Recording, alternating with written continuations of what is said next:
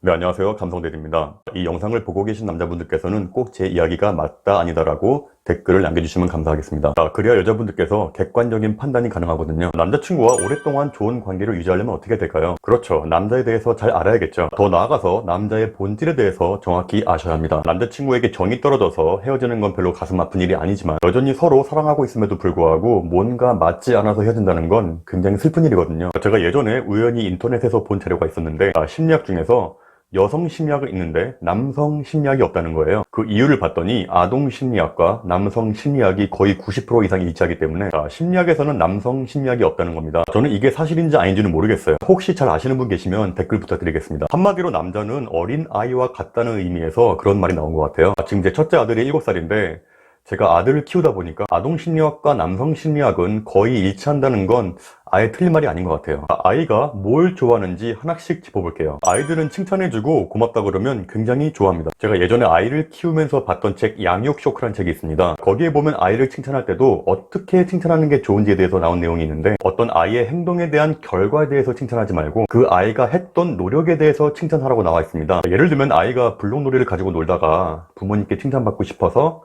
스스로 다 블록을 정리했다고 가정해 볼게요. 그러면 대부분의 부모님들은 아이고 우리 준호 깨끗하게 치웠네, 잘했다, 이렇게 칭찬을 많이 하시는데 이렇게 하는 것보다는 아이고 우리 준호가 치우는 게 참 힘들었을 텐데 싹 치워졌구나, 덕분에 아빠가 참 편해졌어, 고맙다 준호야, 이렇게 결과가 아닌 아이의 노력의 과정에 대한 것을 칭찬해 줄 때 아이의 정서 발달에 훨씬 더 좋다는 내용이었습니다. 이걸 남자친구에게도 똑같이 적용시키면 돼요. 이것만 잘 하셔도 남자친구분의 사랑을 듬뿍 받을 수 있어요. 남자들은요, 겉으로 보기에는 좀 무뚝뚝하고 좀 거칠어 보여도 여자친구가 칭찬해주고 고맙다고 하는 것에 대한 엄청난 갈증이 있습니다. 어린 아이들하고 거의 똑같다고 보시면 돼요. 그런데 현실적으로 많은 여자분들께서 남자친구에게 이렇게 칭찬과 고마움에 대해 표시하는 것에 대해서 의외로 인색하고 어색해 하시는 분들이 많은 것 같아요. 그런데 사실 이게 굉장히 중요합니다. 만약에 여러분의 남자친구가 여자분께서 돈가스를 너무 좋아해서 여기저기 맛집을 엄청 알아보고 힘들게 알아낸 뒤에 여러분을 태우고 운전해서 멀리까지 가서 그 돈가스 맛집에 갔다고 가정해 볼게요. 다 먹고 나서 대부분의 여자분들은 아마 이러실 거예요. 와, 이 집 돈가스 맛있다, 잘 먹었어?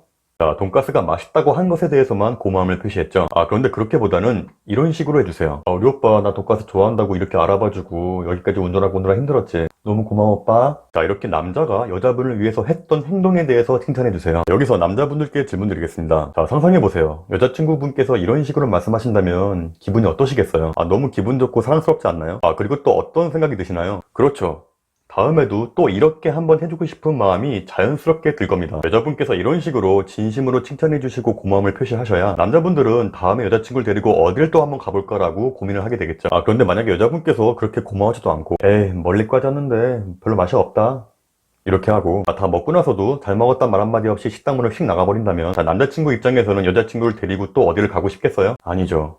그런 마음이 생기기는커녕 애정만 서서히 식어갈 겁니다. 그리고 두 번째, 기브 앤 테이크. 아이가 이렇게 부모를 위해서 블록을 다 치웠다고 하면 거기에 대한 노력을 칭찬해 주시고 고맙다는 이야기를 해야 됩니다. 그리고 나서는 어떤 작은 보답을 해주는 게 좋아요. 우리 준호가 블록놀이 다 치웠으니까 아빠가 아이스크림 사줄게, 이렇게 해주면 아이들은 하늘을 나는 표정을 짓습니다. 여러분, 모든 인간관계의 기본은 기브 앤 테이크입니다. 친구 사이도 마찬가지고 직장 선후배도 마찬가지고요. 심지어 자식과 부모 사이에서도 마찬가지예요. 어떠한 인간관계라도 이러한 기브 앤 테이크가 잘 이루어지지 않는다면 그 관계가 오랫동안 유지가 될 수가 없습니다. 연인 사이에서도 이 기브 앤 테이크는 굉장히 중요해요. 남자친구가 저녁을 맛있는 거 사줬어요. 여자분께서는 남자분에게 덕분에 잘 먹었다고 고맙다고 이야기하겠죠. 그리고 나서는 이렇게 하시는 게 좋아요. 오빠 덕분에 정말 맛있게 잘 먹었어, 고마워, 커피는 내가 쏠게, 카페 가자. 여기서 남자가 느끼는 여자친구가 사주는 커피값은 단순한 커피값이 아니에요. 여자분께서 이렇게 고마움을 느끼고 어떻게든 작은 보답을 하려는 그 마음에서 남자들은 큰 감동을 하고요, 여자친구에 대한 사랑이 점점 커집니다. 남자친구분께서 매번 데이트할 때마다 밥 사주고 영화 보여주고 집에까지 태워주는데도 전혀 계산 한 번 안 하시는 여자분을 오랫동안 사랑해줄 남자는 없다고 생각합니다. 왜냐면 기본 예의의 문제거든요. 남녀 사이는 커플이기 이전에 한 인간관계의 종류예요. 이러한 관계가 계속되면 남자분들은 점점 지치고 애정이 식게 마련이에요. 이건 남자 여자 할 것 없이 똑같은 거예요. 일방적인 관계는 결코 좋은 관계가 아닙니다. 여기서 이렇게 묻는 분들 계실 거예요. 그런 것 때문에 애정이 식는 것 자체가 애초에 남자가 저를 사랑했던 게 아니겠죠. 그렇게 생각하시면 안 됩니다. 자, 일방적인 무조건적인 사랑은 부모가 자식에게 하는 거지, 남자친구는 기본적으로 남이에요. 그 남이라는 존재가 일방적으로 베푸는 것은 결코 옳은 일이 아니에요. 남자들이 원하는 건 50대 50 더치페이가 아닙니다. 남자친구가 10만원어치 저녁을 샀다고 해서 여자친구에게 10만원어치 받아먹고 싶어하는 남자는 없을 거예요. 남자가 여자친구를 위해서 무언가를 해줬을 때 거기에 대한 고마움을 표시해주고, 그 고마움에 대해서 어떻게든 작은 보답을 해주려는 마음, 그 마음 하나면 됩니다. 남자들은 다른 걸 원하는 게 아닙니다. 마지막 세 번째, 자존심을 건드리지 말 것. 부모가 아이에게 하는 행동 중에서 가장 가혹하고 가장 나쁜 행동은 바로 다른 아이와 비교하면서 자존심을 건드리는 겁니다. 시은이는 벌써 한글도 읽고 쓸 줄 안 되더라. 동인이는 벌써부터 영어도 읽고 한다던데 넌 뭐니? 이런 몰지각한 부모들이 아직도 많이 있습니다. 정말 어리석고 바보 같은 행동이죠. 이런 말을 듣고 자란 아이들은 가슴속에 큰 상처를 받고 나중에 자존감도 낮아져요. 남자들도 마찬가지입니다. 남자 입장에서 가장 비참하고 가장 기분 더럽고 가장 기분 나쁜 게 바로 여자친구가 남자친구랑 다른 남자랑 비교하는 거예요. 남자들이 세상에서 가장 듣기 싫어하는 단어가 뭔지 아시나요? 바로 아는 오빠입니다. 남자들은 여자친구 입에서 이 아는 오빠란 단어만 나와도 몸에 경기를 일으킵니다. 끊어. 아는 오빠야. 그냥 아는 오빠야. 아는 오빠. 자, 이 아는 오빠라는 게 예전에 사귀던 남자친구인지, 아니면 계속 작업에 들어오는 남자인지, 아니면 지금 호감을 가지고 있는 오빠라는 건지 남자 입장에선 절대 알 길이 없습니다. 자, 그렇다고 남자들은 거기에 대고 기분 나쁜 티를 내진 않아요.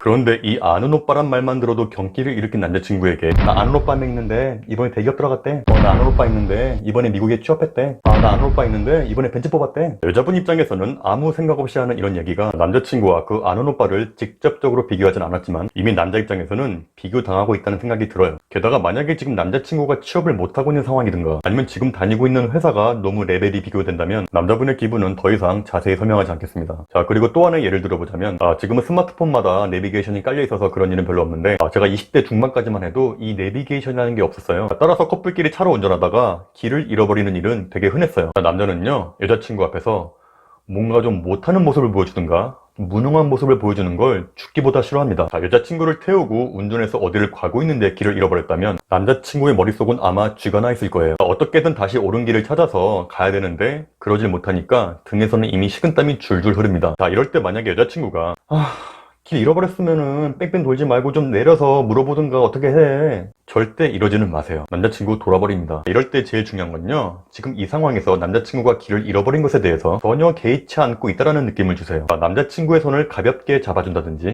입에 먹을 걸 넣어준다든지, 오빠 운전하느라 힘들지? 하면서 이렇게 목을 안마해준다든지, 그런 식으로 해서 남자친구를 릴렉스하게 해주면서 긴장을 풀어주세요. 남자친구 입장에서는 이렇게 여자친구가 내가 길을 잃어버렸음에도 불구하고 전혀 문제 삼지 않고 이렇게 내가 민망할까봐 배려하는 모습에 굉장히 감동합니다. 자기야 나 배고파. 휴게소 보이면 우리 내려서 뭐 먹자. 이렇게 다른 말로 돌리면서 남자친구가 휴게소에 내려서 길을 물어보던 아니면 지도를 다시 보던 할 수 있는 분위기를 만들어주세요. 여자분께서 먹을 것을 사러 간 사이에 남자친구는 어떻게든 다시 길을 알아내서 목적지로 갈 수 있게 준비를 해놓을 겁니다. 이렇게 남자친구의 자존심이 상하지 않게 언제나 배려해주세요. 남자도 어린 아이와 똑같아요. 여리고 상처 잘 받고 은근히 소심합니다.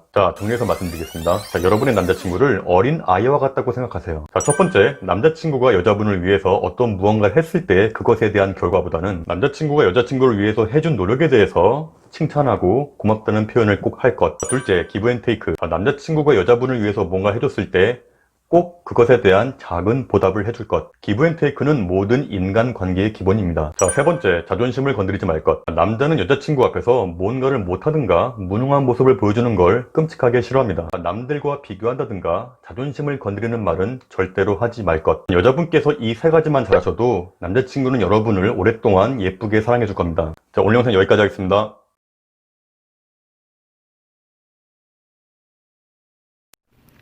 시아야, 시아 오늘 기분이 어때?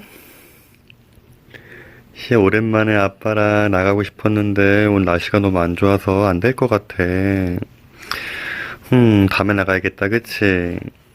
미세먼지가 많아요. 안 돼, 아빠 나가고 싶어요. 그러는 거야? 밤에 아빠랑 나가요. 알았지? 오늘 집에서 아빠랑 놀자.